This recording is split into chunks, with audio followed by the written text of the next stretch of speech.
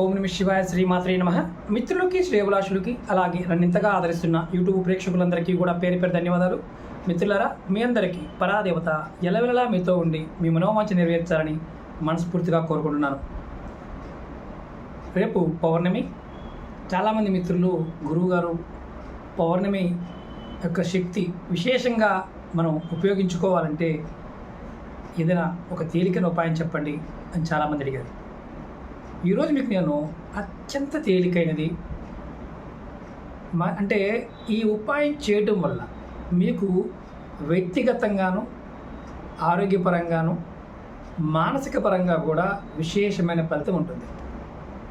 ఇది చాలామందికి ఈ మామూలుగా అంటే పౌర్ణమి టైంలో కానీ అమావాస్య టైంలో కానీ మానసికమైన వికల్పత ఉంటుంది. అంటే ఏంటంటే అరవటము, లేకపోతే ఓవర్గా రెస్పాండ్ అవ్వటము, ఇలాంటివన్నీ ఉంటాయి. అలాగే జాతకంలో కనుక చంద్రుడి మీద శని ప్రభావం అధికంగా ఉన్నప్పుడు ఇంకా ఇది ఎక్కువ అవుతుంది. మీకు జాతక చక్రాన్ని పరిశీలించుకున్నారు, చంద్రుడి మీద శని ప్రభావం ఉంది. అలాంటప్పుడు మనం హోమాలు, పూజలు, క్రియలు ఇవి చేసినప్పటికీ కూడా తగ్గడం లేదు. అప్పుడు ఏం చేయాలంటే మీరు ప్రతి పౌర్ణమికి అంటే ప్రతి నెలలో వచ్చే పౌర్ణమికి మీరు కంపల్సరీగా ఆ పౌర్ణమి తిథిలో అంటే ఇప్పుడు చాలామంది గురువుగారు పౌర్ణమి 2 రోజులు ఉంటుంది కదా, మరి అలాంటప్పుడు మరి ఎలా అంటారు, ఆ తిథి ఉన్న సమయంలో మీరు ఖచ్చితంగా ఇది ప్రాక్టీస్ చేయండి. ఏంటంటే రెగ్యులర్గా మీరు అంటే మనం స్నానం చేయడానికి ప్రిపేర్ అవుతూ ఉంటాం కదా ప్రతిరోజు. పౌర్ణమి రోజు మాత్రం మీరు ఏం చేస్తారంటే మీరు స్నానం చేసే నీళ్ళల్లో కల్లుప్పు దొరుకుతుంది, మన సముద్రపు ఉప్పు అంటాం. ఈ కల్లుప్పు నీళ్ళలో మీ ఎవరైతే స్నానం చేయడానికి వెళ్తుంటారో వాళ్ళ పిడికిడి ద్వారా, ఏ చేయి పిడికిడే పర్వాలేదు, ఎడం చేయైనా కుడి చేయి పర్వాలేదు, ఆ పిడికిడు ద్వారా ఉప్పు తీసుకొని కల్లుప్పు తీసుకొని దొడ్డు నీళ్ళలో వేసి మీరు కలిపి మీరు స్నానం చేయండి.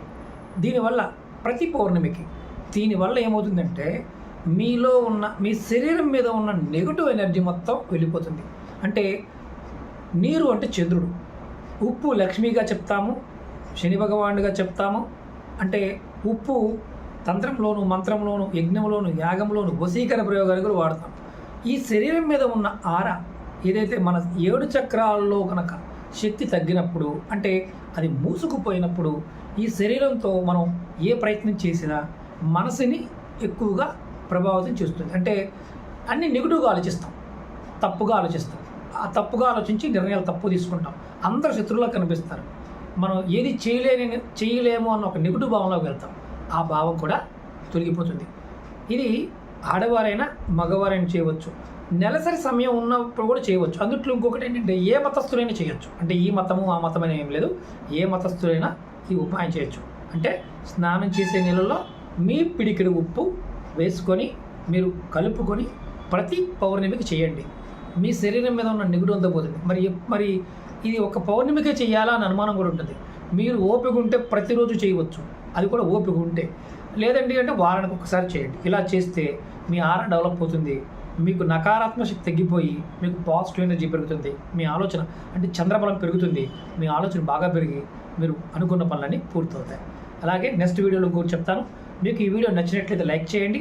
ఛానల్ని కొత్తగా చూసే మీద సబ్స్క్రైబ్ చేసుకోండి.